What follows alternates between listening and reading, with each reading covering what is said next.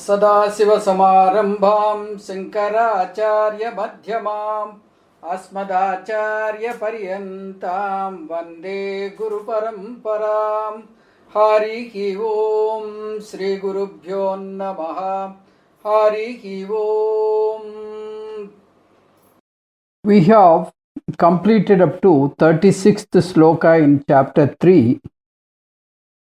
Paramatma has explained Karma Yoga in a nutshell. Karma Yoga is very important and compulsory in the first stage of spiritual journey, spiritual sadhana. Through Karma Yoga, we can cleanse our antakaranas, we can have jnana yogyata. Without Karma Yoga, Jnana Yoga is impossible. And without Jnana Yoga, Karma Yoga is incomplete.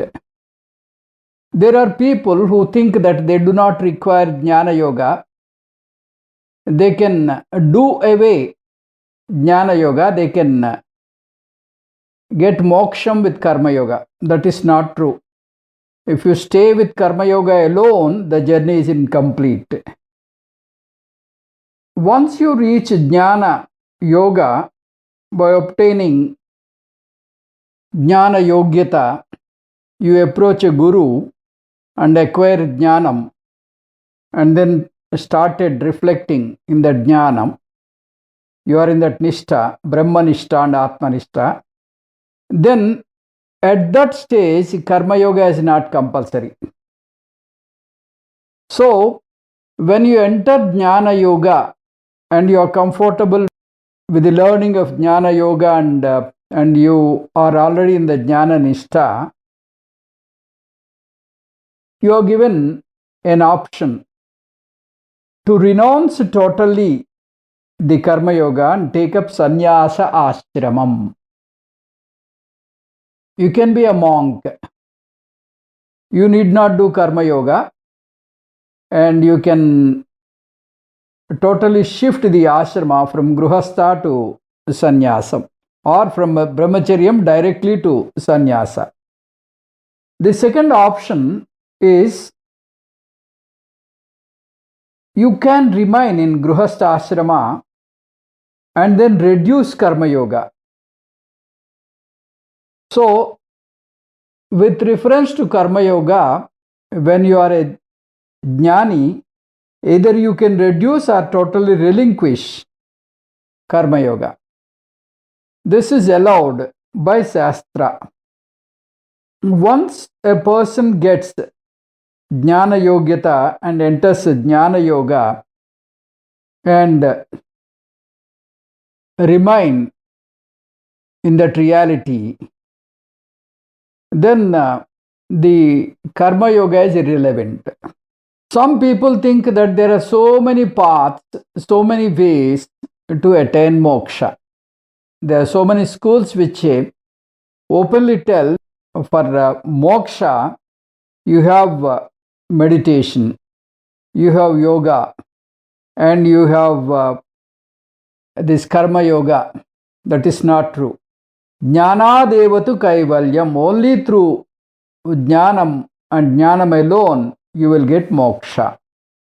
Because that is an internal shift. Moksham is an internal shift.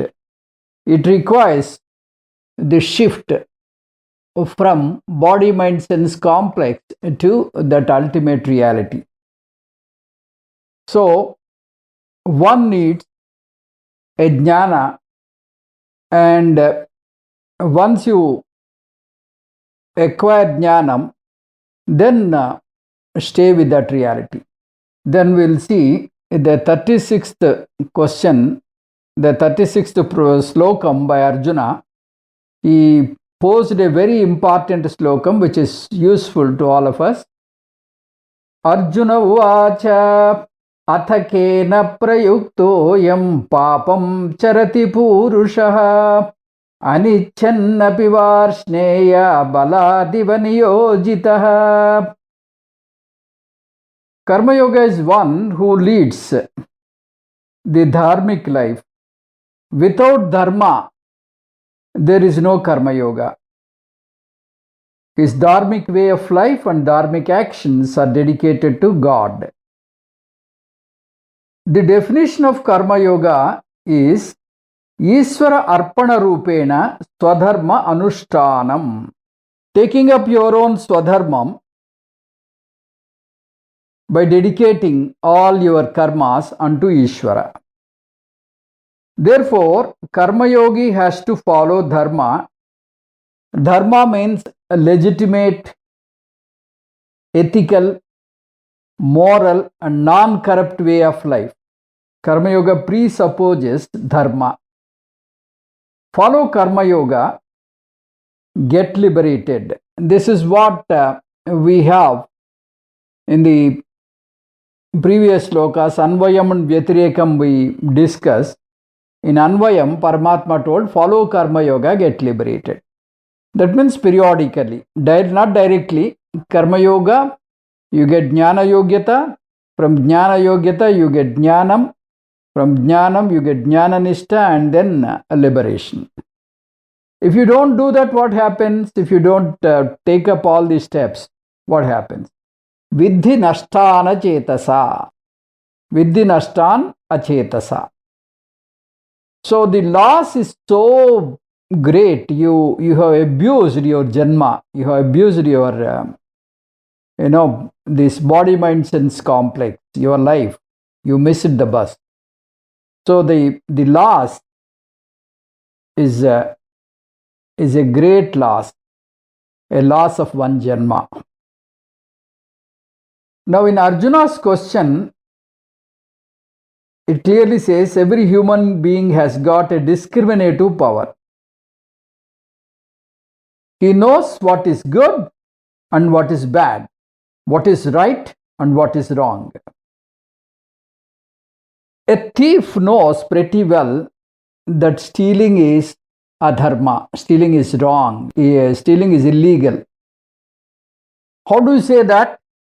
Because he does it, he does stealing in a stealthy manner, in a secret way, not openly. Look at this.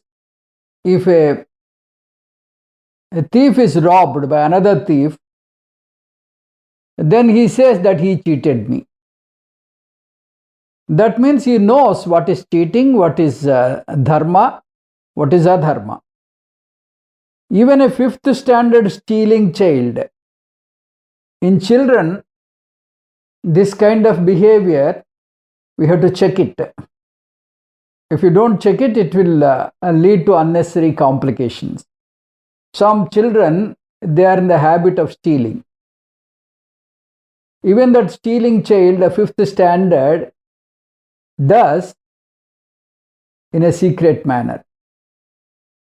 This kind of stealing is called kleptomania. If it is not controlled, it will lead to a mental disorder called kleptomania. Some people, they have this and they steal, the precious things from hotels and function halls. So, in Mahabharata, it is clearly said that dharma means whatever you want others to do to you, you have to do it. Like you want others to respect you, others to talk to you nicely, others to give you all the help. So all good things you expect from the society, so much so you have to do to the society. Then what you don't expect from the society, you should not do to the society. Like you don't expect the people should hurt you, people should harm you, people should not cheat you, and people should not talk ill of you, people should not use any harsh words. Like that, you have so many notions about others. In the same way, when you are treating the others, also you have to follow the same rule. You should not hurt others mentally, verbally, and physically. You should not use any harsh words. You should not, cheat them. Like that, the dharma is known to every person as a common sense. Duryodhana, in one occasion, he expresses, Janami dharmam nachame pravrutti, Janami adharmam nachame nivrittihi, Kenapi devena hrudistitena yadha niyuktosmi tada karomi. He says, I don't know what is happening. I know clearly what is dharma and what is adharma. I know dharma, but I cannot follow it. I know what is adharma. I cannot help but taking up adharma. I feel there is some Shakti inside me which is acting against my conscience. It is forcing me to do all illegal things. Anichannapi, even though I do not want to do adharma, ayam papam charati purushaha. This purusha, this person, is doing papam. Ayam papam charati purushaha. Baladiva niyojitaha.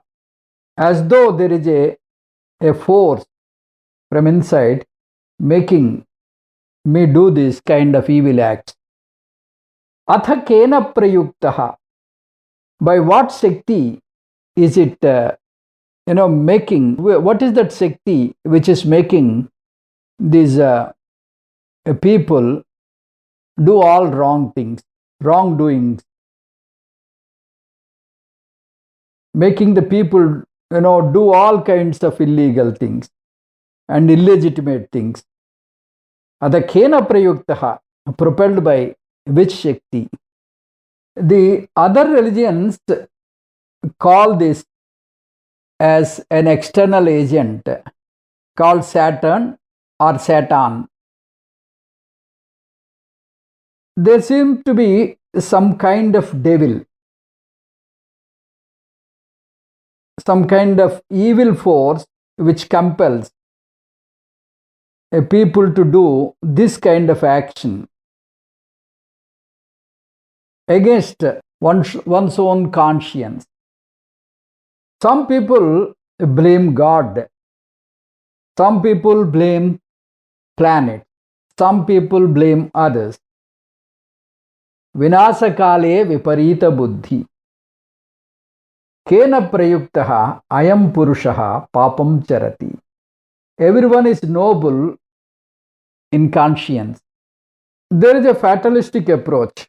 In this fatalistic approach, they believe that everything is happening due to fate. Nothing is in their hands. They are all, programmed to do this. So by this program alone, people are doing this. So people are helpless. They are, forced to take up this a wrong way of life. They are helpless. If you take up this, fatalistic view and, there is no solution for this kind of behavior. Balat iva niyojita.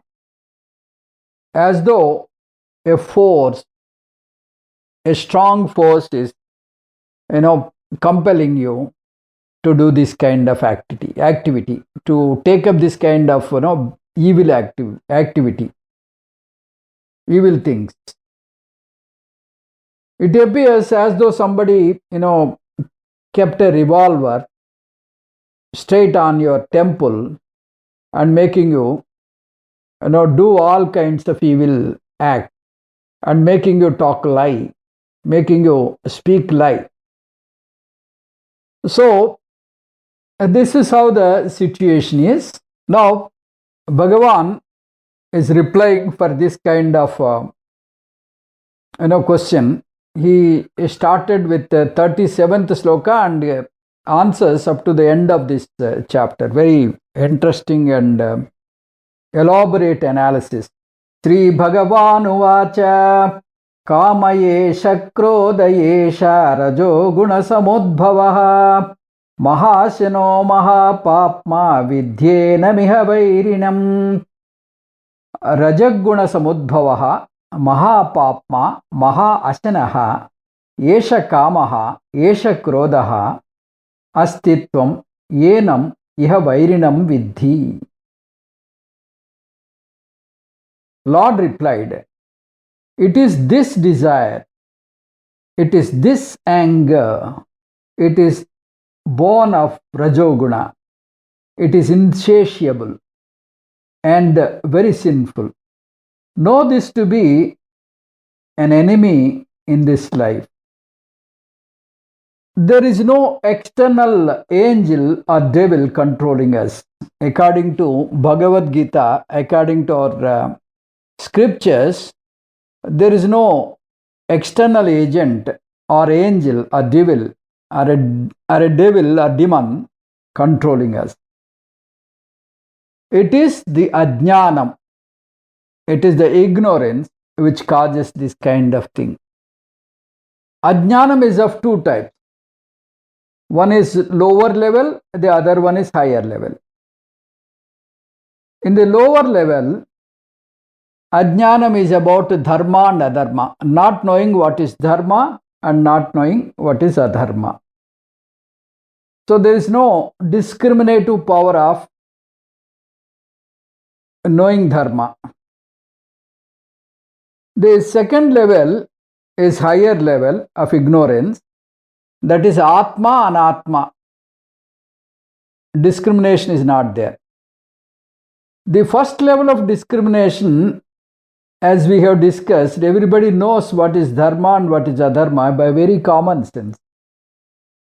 So, the basic problem is anatma and atma, higher level ignorance. Because I feel that I am anatma, that I am the body, mind, sense complex. So, I feel that this is apurnam. It is not purnam. If you think that you are anatma, if you think that you are body, mind, sense complex, body, mind, sense complex is apurnam, inadequate, incomplete. So you always want to make it complete and adequate. That ajnanam generates desire. If you fulfill your desire, you get lobham. You get more desires because you want to fulfill more and more desires. That is not the end of the story. If your desire is not fulfilled and there is some obstruction, then you get krōdha, you get anger. So kāmam and krōdham are they are generated because of your ignorance, because of your ajnanam, that you think that you are inadequate and incomplete. However, Paramatma doesn't look at this problem in this angle. He talks about the second part of the solution. That is, from ajnanam you get the desire, and from the desire you get the krōdha. So he deals with kāmam and krōdham very elaborately. And he talks about the very swarupam of kāmam and krōdham. And then the kāranam, the reason for kāmam and krōdham. And then pariharam. Pariharam means the solution for this. Three aspects. First, the swarupa of kāmam and krōdham. Then the kāranam, the reason why they are generated. Pariharam, the solution for this. Very beautiful analysis. So, what is your enemy which is making you not to follow dharma, which is obstructing you in your spiritual path, in your dharmic way of life, and making you adharmic? Kāma yeshaha, krōdha yeshaha. The desire and anger, these are the two reasons. Because of them, we lose our track. This desire and anger, they are experienced by everyone intimately, very closely. So one need not explain what is kāma, what is desire, what is anger and all that. Anger resides right on the tip of the nose. It will be waiting for the opportunity to display. Yeshaha means a pronoun. Why Paramatma used this pronoun? Because it is universally experienced by everyone and intimately experienced by everyone. If you show your anger, you lose the job. If you show your anger on your wife, you have no dinner. So, the anger is dangerous at any level. Krodha means Sakshi Pratyakshataya Anubhuyamanaha. It is intimately experienced by everyone. How are they born? rajōguṇasamudbhavaḥ. They are born by the rajogunam. We have got three gunas: sattva guna, rajoguna and tamoguna. Rajoguna, it generates kāma and krōdha. They obstruct the dharmic way of life. And what is their swarupam? mahāśanah. Mahāśanam. Mahāśana means a great eater, insatiable eater, a glutton. There is a character called Gundodhara in Puranas. Gundodhara is a Rakshasa. He eats, like anything. He eats so much. He's a typical character, a glutton, a type of Rakshasa. He needs a lot of food. So, this is like a Gundodhara. Or, it is like that, any glutton, it needs more and more and more and more. I want, like that, that wanting. Tambura, Shruti continues. If the desire is not fulfilled, it will lead to krodham. Fulfilled, then it will generate another kāmam, thereby lobham or greed. Desire is universal. There is no exception. There is no caste, creed, color and religion and country and all that. Everywhere, every human being invariably, intimately experiences desire. It doesn't require any introduction. But then the object of desire varies. Though desire is common, the object of desire varies. What I desire, you may not desire. Your object of desire may be different from my object of desire. Nirdanaha setam, seti dasasetam, laksham sahasradipa, lakshesa chitipalatam, chitipati chakresatam vanchati, chakresa punarindratam, surapatihi brahmaspadam vanchati, brahma haripadam, harir harapadam, chasavadim kogataha. There is no end to desire. A person who doesn't have a copper, who doesn't have a penny in his hand, he wants 100 rupees or 100 pounds. If you say penny, you call it pounds, 100 pounds.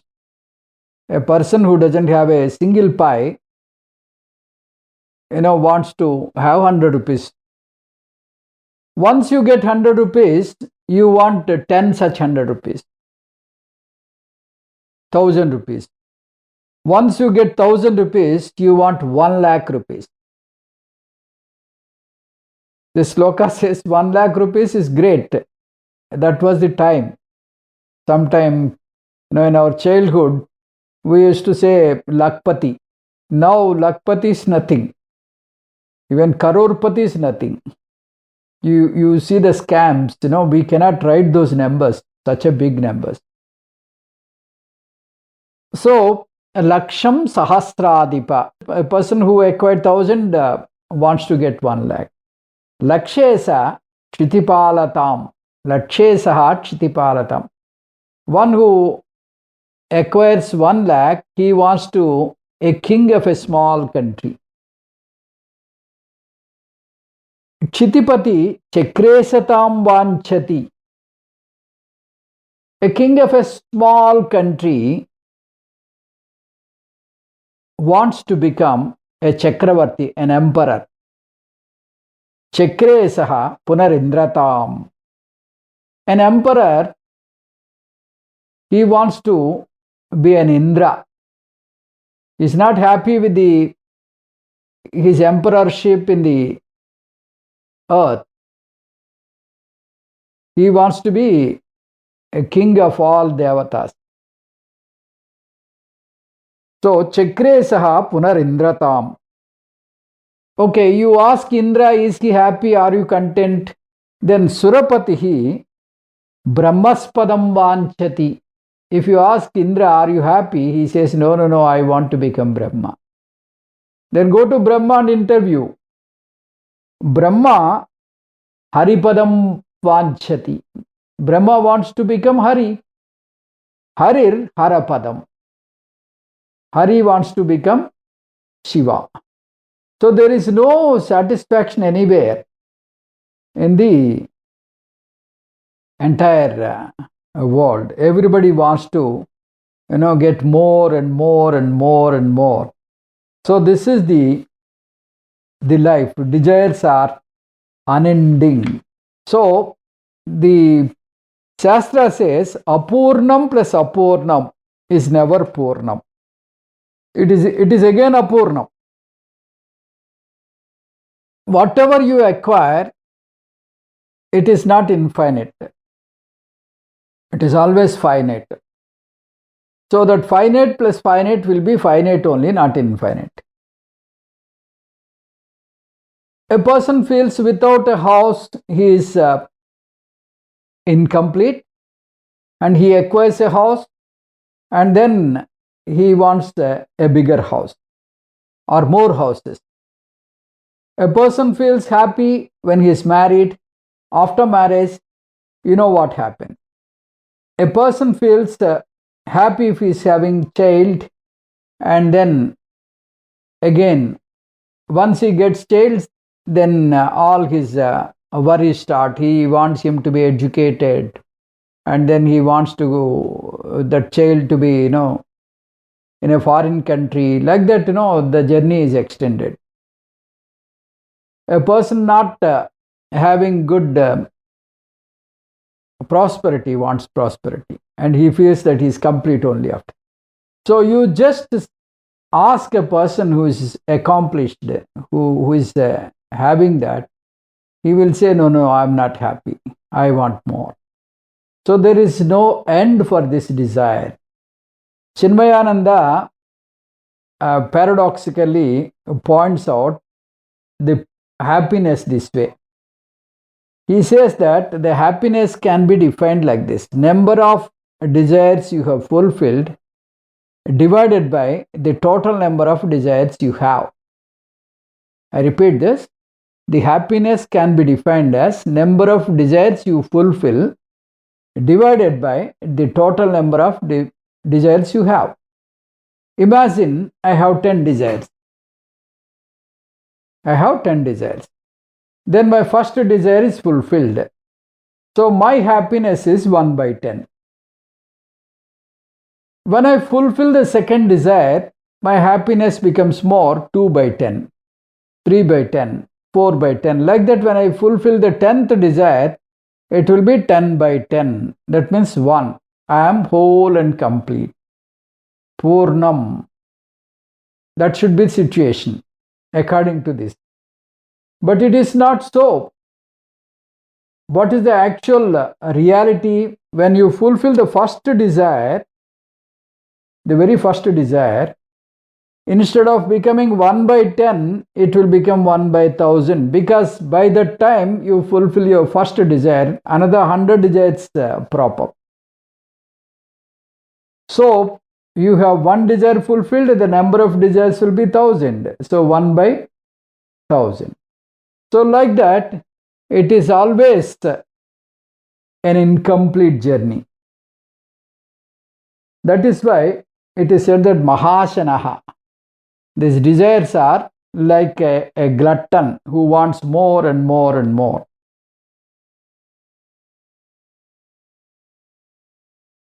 There are a lot of stories on desire. One such story: a king was watching from his window the outside the country. Right in front of his fort, there is a highway like thing. A person was jumping and singing with a joy. Raja wanted to know what could be the reason for his joy. So he summoned that person to his presence and questioned, why are you so happy and why are you so rejoicing with singing and dancing? Then that gentleman told, see, tomorrow we have the festival, we want to do some special dishes. So I have kept one half an hour on one tree at that side of the country. So I will go and fetch it. With that we'll make our festival very happy and merrily we'll celebrate. Then king said, okay, with half an hour you have so much of joy and all that, I will give you 1 rupee. Forget about that half an hour. Then he said, okay, I will take your rupee and take that half an hour. Then the king said, okay, I will give you 50 rupees. Again he said, I will take that half an hour and give you 50 rupees. Like that, the king kept on increasing his stake. And however much he increases, that person doesn't want to lose his half an hour. Then king said, okay, I will give you half of my kingdom. Then he said, I will take the half where my tree is situated, so that he can fetch that half an hour. So that is how the desire is. So you can imagine the desire can make a person so running around. There is no satisfaction anywhere in the desires. New desires will come. There is another story. One poor family was living with utter poverty and they were suffering a lot. So Parvati asked Shiva, why don't you give him some money, give this family some money? Then Shiva said, okay, just watch. Then suddenly they found a huge sound in their backyard. When they went, they found that 7 gunny bags, they are filled with gold coins. 7 gunny bags, they are filled with gold coins. So the family members knew no bounds. They started imagining, for so many generations they did not work. They can live with luxury and comfort and enjoy generations and after generations. They can have that luxury. So they were imagining like that. They started opening each a bag and saw the gold coins and started enjoying. And when they opened the seventh bag, they found that the bag is only half filled. Then they started feeling so sad. They thought, this bag also must have been full. Why this bag is half? Like that, the sorrow started. So all their, the joy got evaporated. They can enjoy with whatever the money they got. Instead, they want to fill that half bag. So the trouble started. They toiled and toiled and toiled. They could not, complete that half bag. So this is how the desire will be. The desire is, it can never be complete. It is always an unending process. In Kathopanishad, Raja, Yamadharma Raja tells, Paranchikani vyatrunasvayambhuh tasmat paran pasyati nantaratman. These indriyas, they are designed in such a way, they can only see outside things. They can only experience outside things. Like eyes are projected outside, can see all the scenes outside. Ears are, fitted in such a way they can hear sounds outside. The tongue is fitted in such a way that it can taste things outside. It cannot, experience the inside thing. Na antaratman. So this is the very defect in the design, the manufacturing design. So he says like that. Shruyatam dharma sarvasvam srutvacha avadharyatam atmanaha pratikulani paresham na samacharet. This is the Dharma Shastram explained to Dharmaja. So, whatever you feel bad for others, whatever you feel bad to you, unto you, you don't do that to others.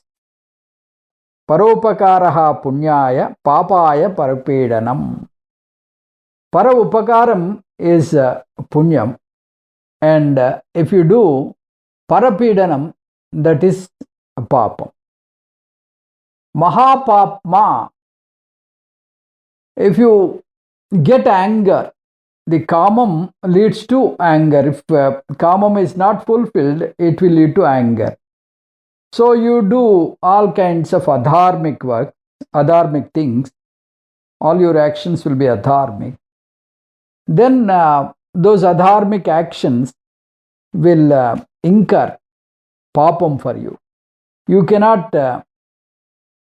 take up all para upakara karma. Vairiṇam viddhi. So this kāmam and krōdham are like enemies. May you know that these are enemies for you. Vairiṇam viddhi. So you have to imagine they are your enemies.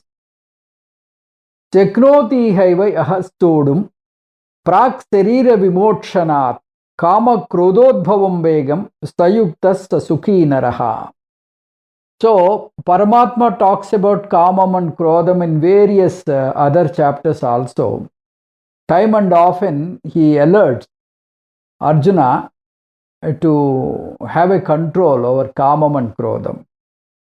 So in this 23rd sloka, 5th chapter, he says before you shed your body, you have to have control over this kāmam and krodham. Before you leave your body, you should have control. Trividam narakasyedam dvaram nasanamaatmanaha kāma krodhas tadāloba tasmād etatrayam tyajet. So there are three highway 3 highways to Naraka, it seems, hell. Why highways? Because there are so many people who wants to go there. 3 highways are, one highway is called kāmam, the other is called krōdha and lobha. They are the roads leading to Naraka or hell. Tasmat etat trayam tyajet. Therefore, if you are wise, you have to control and you have to relinquish these 3. Esha rajōguṇasamudbhavaḥ vairiṇam. Esha rajōguṇasamudbhavaḥ vairiṇam. In this, Paramatma is using a single number. Though kāmam and krōdham are 2 things, he should have used a dual number. In Sanskrit, there are 3 numbers: singular number, dual number, and plural. Ramah, Ramau, Ramaah. So we have what is singular number, what is dual number, and what is plural. In this, he has used the word Esha singular, rajōguṇasamudbhavaḥ singular, vairiṇam singular. So all these things are used singular, in singular number. Does it mean that Paramatma doesn't know grammar? You cannot conclude that. Here, what Paramatma wants to say, not only Paramatma, this is a fact, kāma, krōdha are not 2 things. They are only 2 shades of that ajñānam. They are the 2 shades of ajñānam. Ignorance. From ignorance you get kāmam. From kāmam you get krōdha. So they are the 2 shades of the same coin called ajñānam. That is why Paramatma used a singular number in this. So we will see this more in the coming slokas, more detailing in the coming slokas. And in the sloka number 38, Paramatma wants to give 3 examples how to have a control on the kāmam and krōdha. What are the consequences? So slowly he is explaining, he is analyzing about this kāmam and krōdha. So 38 sloka. dhūmēnāvriyatē vahniryathādarśō malēna ca yathōlbēnāvr garbhastathā tada tēnēdamāvr. Yatha dhūmena vahnih yatha malēna ādarsaha ca āvriyate yatha ulbena garbhastathā āvriyate tada tēnēdamāvr. So he gives 3 examples. Tena means kāmena. By kāmam, idam. Idam means this jnana sakti or viveka sakti, avrutam. Avrutam means it is totally covered. It is totally suppressed. Because of this kāmam, we are unable to use our discriminative power. We are unable to identify this kāmam and krōdham is occupying our intellect, and we are not able to use our intelligence and then properly control this kāmam and krōdham. So he gives various examples how this discriminative power or intellect is covered by kāmam, by desire. dhūmēnāvriyatē vahnih. Dhūmēnāvriyatē vahnih means by smoke the fire is covered. Why this example? The fire is having the illuminating capacity. If there is a fire, bonfire, then the surroundings are illuminated. But if the fire is totally covered by smoke, so it cannot illuminate the surroundings. Though the Agni, though fire has got that, a power of illuminating the surroundings, that power, that capacity is clouded by smoke. So Agni cannot use its illuminating power. This is example 1. Yadha ādarsaha malēna cha. Malam means dirt. If the mirror is covered by dirt, then it cannot reflect our face. You want to see your face in the mirror should be clean. Only if the mirror is clean, you can see your face. If the mirror is not clean, you cannot see your face. So, yada ādarsaha malēna cha. As the ādarsham means as the mirror is covered by dirt, we have this intellect is covered by various desires, and then you cannot use your intelligence and control this desire. So if you want to see the face, you have to clean your mirror. The mirror must be clean and clear. Then only you can see your face. So in the same way, you must be free from kāmam and krōdham.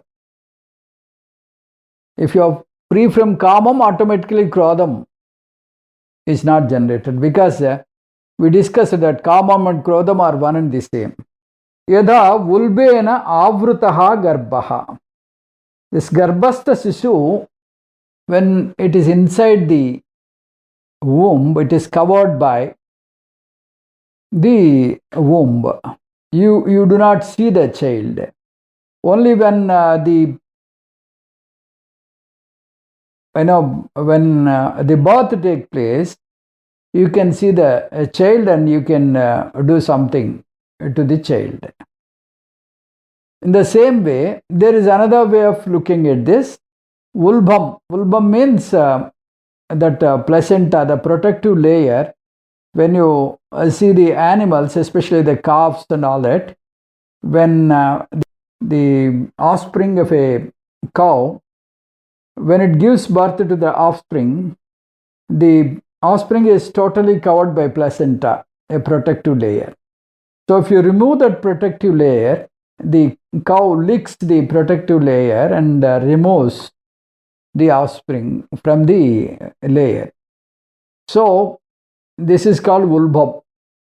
So as the vulbam is covering the offspring, in the same way the discriminative power is covered by this desire. So because of the desires, we are unable to use our a kind of intelligence. We cannot use our intelligence. Krodhat bhavati sammohat, sammohat smriti vibhrama. Smriti bhramsat buddhinasah. Buddhinasat pranasyati. This is the slokam we have discussed in the second chapter. From krodham, you get a delusion. From delusion, your memory is shattered. When your memory is shattered, you lose your discriminative power. When you lose your discriminative power, you don't see who is elder and who is noble, who is to be respected, all these things, they wash away from your mind. You start prattling and you use all unparliamentary words. You don't care for the surroundings. So this is the danger of krōdha. Some desires are very mild. They can be, evaded, they can be cleared by discriminative powers. So we can have a control on them and we can avoid them by discriminative power. Some desires are very powerful, they are very severe, and you have no choice but to fulfill them. And if you don't fulfill, your mind is totally upset.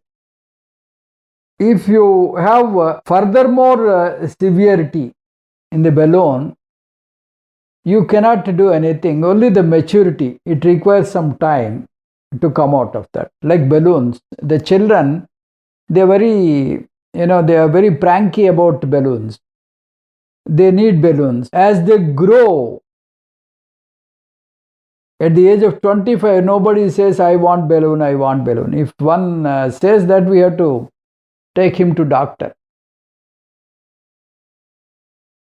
So as a child, you have that, a longing for balloons. As you grow, you do not require any teaching. As you grow, then you come out of that desire. So like that, some desires will go because of the mental maturity. Some, they will not leave you. They are, they are persisting in such a way that you have to fulfill.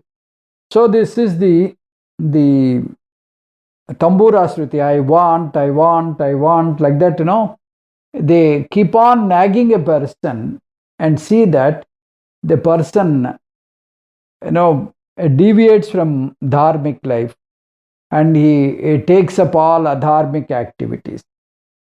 So this is the kind of thing we have to be, very careful about these two things, kāma and krōdha, and how to control, and what is its swarupam, and what is the reason for this, and the pariharam.